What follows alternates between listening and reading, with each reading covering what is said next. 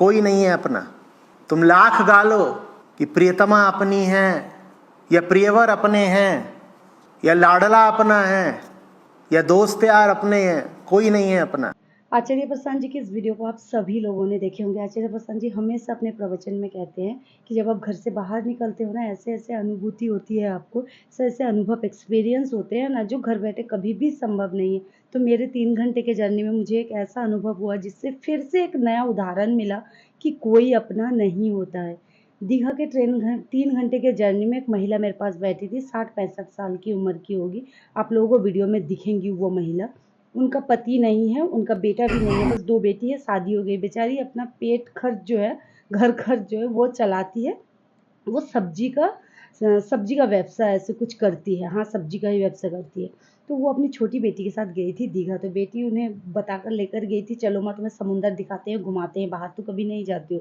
तो वो भी बेचारी नादान सी वो भी चली गई साथ। अब जाकर रूम पर दामाद का रवैया देखकर, मतलब बेटी का जो हस्बैंड था, वो कह रहे थे एक बार दिन हो गया, बेटी से बात कर रहे थे, मतलब उन्हें नहीं कहा कि पता है बाहर कितने खर्च होते हैं, जाने आने, खाने को, रूम लेने को।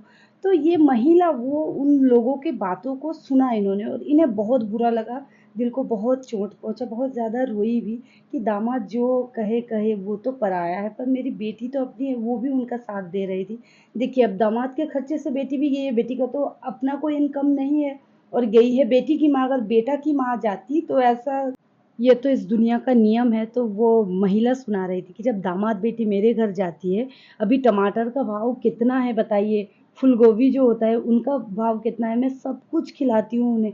मैंने कहा कि तुम एक माँ हो ना, एक माँ ही ये कर सकती है। तो उन्होंने कहा कि एक बेटी भी ऐसा कर सकती है, वो मेरी पेट की बेटी है, ऐसा नहीं कि दामाद पराया है, वो कहे तो कहे, बेटी भी ऐसा क्यों। तो बहुत दुख कर रही थी। तो उनका डिस्टेंस जो है ना घर का, हावड़ा कोलकाता हावड़ा स्टेशन जो है ना दीघा से 180 किलोमीटर, उसके बाद उन्हें जाना है वेंडर, उसके बाद फिर से एक गाड़ी पकड़ी, मतलब घर जाते को उन्हें रात हो जाएगा। तो मैंने उसे कुछ खाना ऑफर किया तो उन्होंने नहीं कहा। पता है कितना आत्मा को ठेस पहुंचा, इतनी खुददार महिला, ईगो को कितना ठेस पहुंचा, कितना दुख, कितना दर्द लगा उन्हें ये सब कर कर के वापस आना पड़ा वहां से। तो घर जाकर फिर लोगों को क्या बताएगी। तो मैंने आते वक्त उन्हें कुछ पैसे दिए। तो वो फिर कह रही थी मैं कैसे शोध करूंगी तुम्हारे पैसे। मैंने कहा ज़रूरत नहीं है उसकी, आप सेफली घर पहुंच जाओ, यही बहुत। जब हाथों में पैसे दिए ना, बेचारी रोने लगी कि मैं कभी नहीं शोध कर पाऊंगी, कभी भी मेरी हमारी मुलाकात नहीं होगी। मैंने कहा कोई बात नहीं।